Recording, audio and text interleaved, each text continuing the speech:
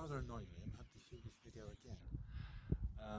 I did shoot it earlier and I forgot to hit record, but you know, I guess it happens to all of us. So here we are. So I'm shooting again. There's a little intro to the first part of this video. Just a little bit of an update, a catch up, what's going on with the brewery. I'm just going to flip the view around and show you the latest developments. So as you can see, we now have a set of double doors on the back of the brewery. That's going to be a great addition. That's going to allow so much more lighting, already does, and it's going to allow us to move things in and out of there, kit, things like that, because we intend to do some of the cask washing outside here. So you can see we've already got a power port on there.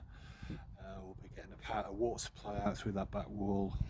And on the subject of casks, this week I also had dropped off a whole fleet of casks here. Got about 39 of them. Had about 30 dropped off the other day, kindly from the guy at Steam-Shed Brewery, Steam-Shed Brewery, a guy called Paul. He kindly dropped them off on one of his runs, and I went over and picked up the remainder this week from him.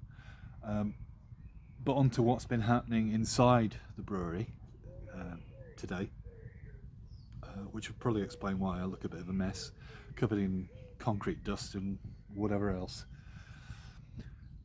We've been fitting, well actually not fitting, we've been cutting the concrete for the floor drains. So all done by hand, all with an angle grinder, and it was a bit of a workout. I don't know if you remember what I said we're going to do, but we're going to put a floor drain in, an echo drain about 3 meters long, and then at the end of that we're going to put in a sump with a sump pump, which is an automatic sump pump that will basically pick up anything falling from the drain and then take it out into the main drain of the house. The reason we're using a sump drain, as I mentioned before, is that it means that we don't have to dig up the whole back of the house to connect into the drains, because I do have a drain actually in the garage that connects into the sewer. So all I have to do is tee into that and then feed the pump into that. Because it's not going to be in constant use, it's only going to be used for cleaning processes, washing the floor down. A sump pump's going to work fine, and the sump pump can handle solids up to about 1 inch in diameter, so it's going to be able to cope with anything that goes down there in terms of solids, hops, trub, whatever else. It shouldn't be a problem, should be fine. So we'll move on to the next bit of the video, I guess. So it's just a catch up really. Things are starting to happen. The next video will explain what's been achieved today and what's going to happen next. So hopefully catch you soon. Bye bye.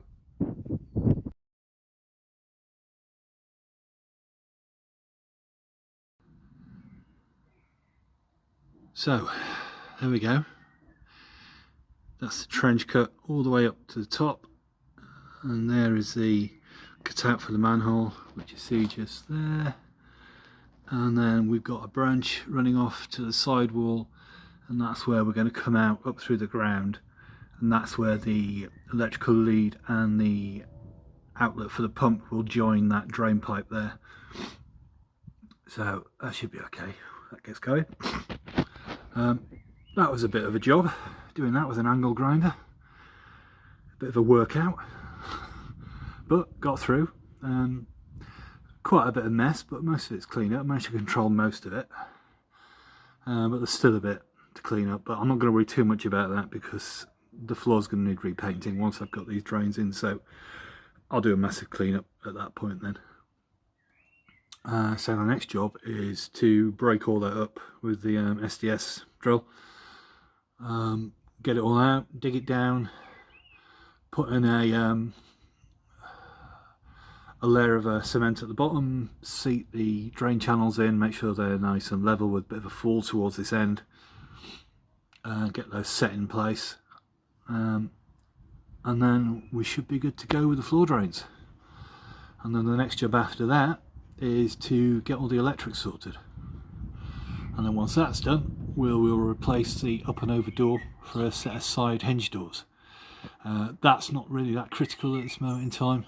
We could probably get by without it for a little while, but it's definitely on the list to do, and that's probably the last major big change to this garage that we're going to have to make. The rest of it is pretty much done. The plumbing's done.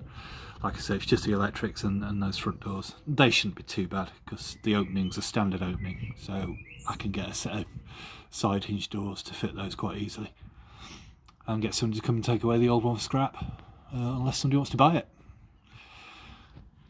What I did forget to say is those casks over there that I picked up, I think it was about 39 of them. They were from Paul at Steam-Shed Brewery, so thanks Paul, big shout out Paul. Did me a good deal on those. I think that should be enough to get me going for now. I guess we'll find out in due time if I need more.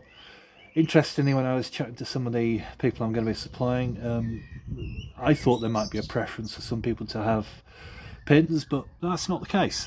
They seem to prefer 9s. The feedback I was getting was that they were getting through pins too quickly, and customers weren't too happy about a beer that they enjoyed was no longer available because it was only available in pins. So most of the people are quite happy to take 9s, which is good news because they're all 9s. So I think that should work out just fine.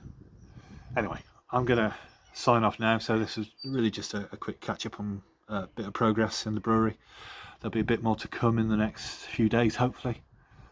But for now, I'll catch you later. Bye bye.